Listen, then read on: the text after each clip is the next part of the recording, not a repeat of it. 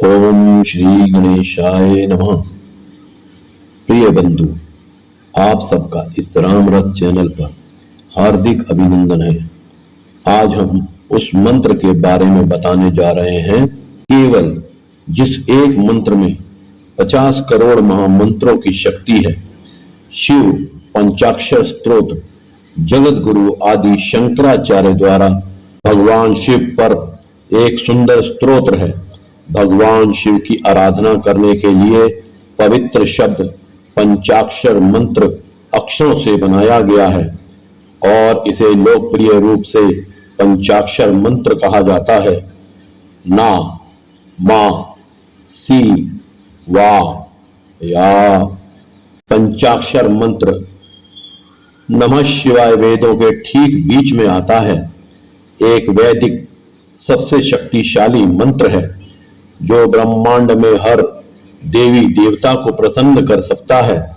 यहाँ तक कि सभी ऋषि मुनियों और ब्रह्मांड में पूजनीय हर एक को और मुख्य रूप से वेदों के हृदय में यह महान वैदिक मंत्र है और विषय रूप से इस मंत्र को किसी भी व्यक्ति द्वारा ईश्वर की प्राप्ति भक्ति के साथ बदला जा सकता है।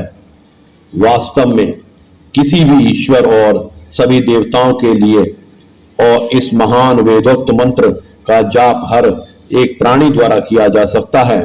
फिर भी व्यक्ति को कम से कम भाग्यशाली होना चाहिए यदि वह सभी देवताओं में उच्च रूप से प्रीति भक्ति रखता है, जो सभी देवताओं के ईश्वर हैं, जिन्हें महादेव के रूप में प्रसिद्ध किया गया है, जिन्हें शंकर रुद्र के रूप में जाना जाता है और शिव आदिदेव अल्लाह परे के ईश्वर के रूप में जो एकमात्र ऐसे ईश्वर हैं। पूजा निराकारी पर ब्रह्म के रूप में की जाती है जो मन की पहुंच से परे हैं। फिर भी उन्हें नहीं जान सकते, लेकिन आपके अंदर आत्मा परमात्मा ब्रह्म परब्रह्म आदि शिव अकाल पुरुष सच्चिदानंद के रूप में है, जो सर्पराज को अपने गले में धारण करते हैं। उनकी 3 आंखें होती हैं जिनके शरीर पर पवित्र भस्म लिपटी हुई है। जो महान भगवान हैं, जो शाश्वत हैं, जो सच्चिदानंद पवित्र हैं और जिनके चारों ओर वस्त्र होते हैं, उन शिव को नमस्कार है जो ना अक्षर से प्रकट होते हैं। इस छवि के लिए कोई वैकल्पिक पाठ उपलब्ध नहीं है। शास्त्रों के अनुसार इसमें 50 करोड़ महामंत्रों की शक्ति है। यह प्रदा के समान ही महान है। इसमें प्रणव के 5 व्याहति हैं।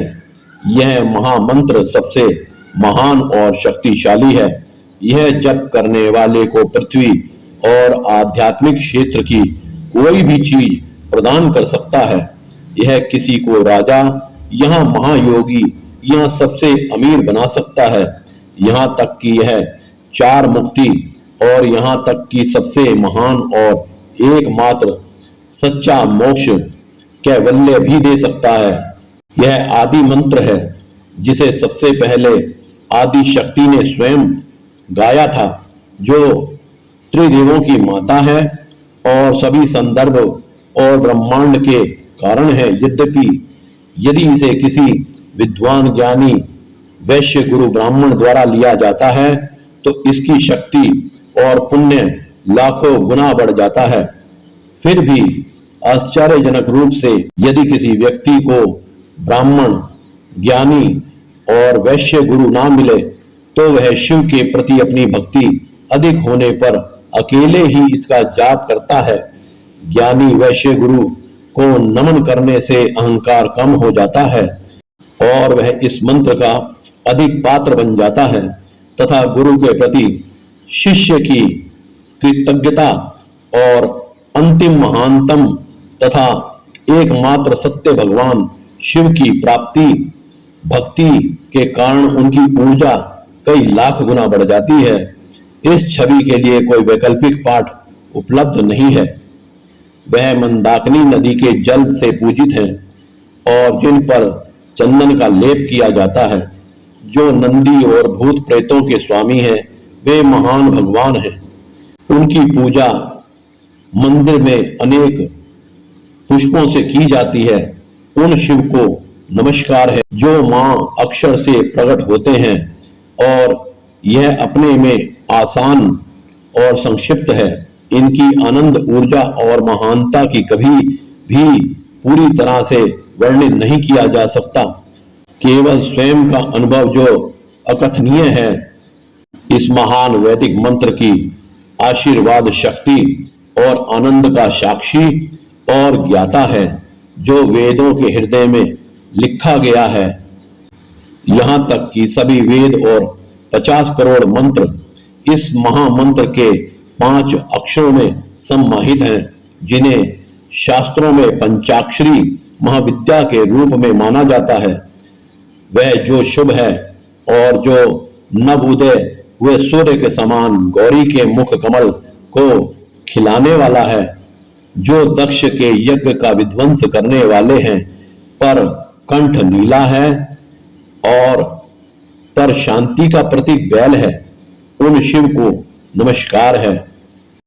जो शी अक्षर से प्रकट होते हैं, यद्यपि पंचाक्षरी के रूप में इसे नाम मंत्र के रूप में भी जाना जा सकता है, जिसे काम से कम मन में हर समय कभी भी जपा जा सकता है।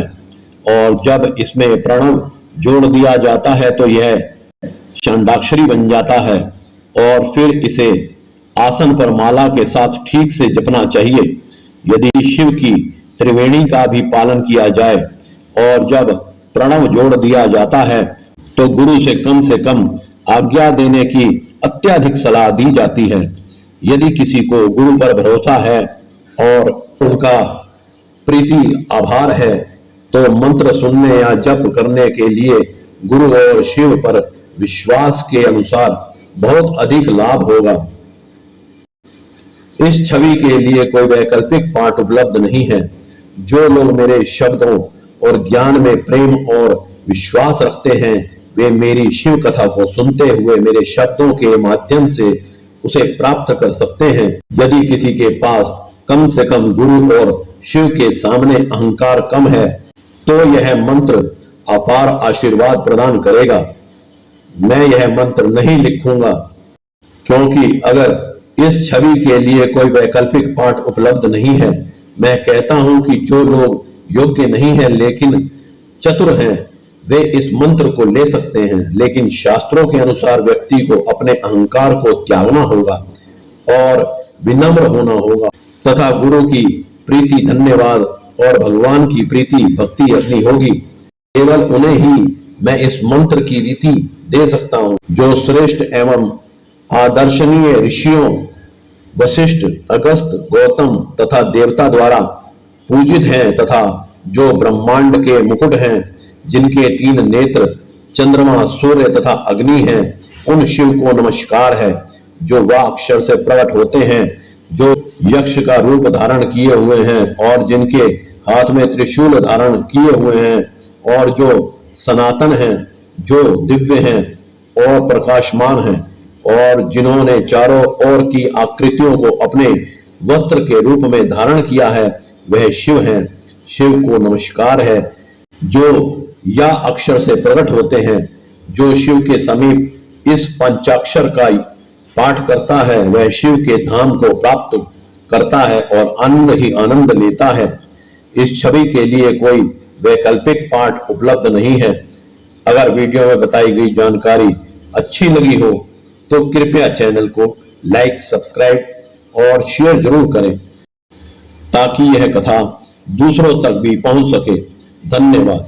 ओम नमः शिवाय।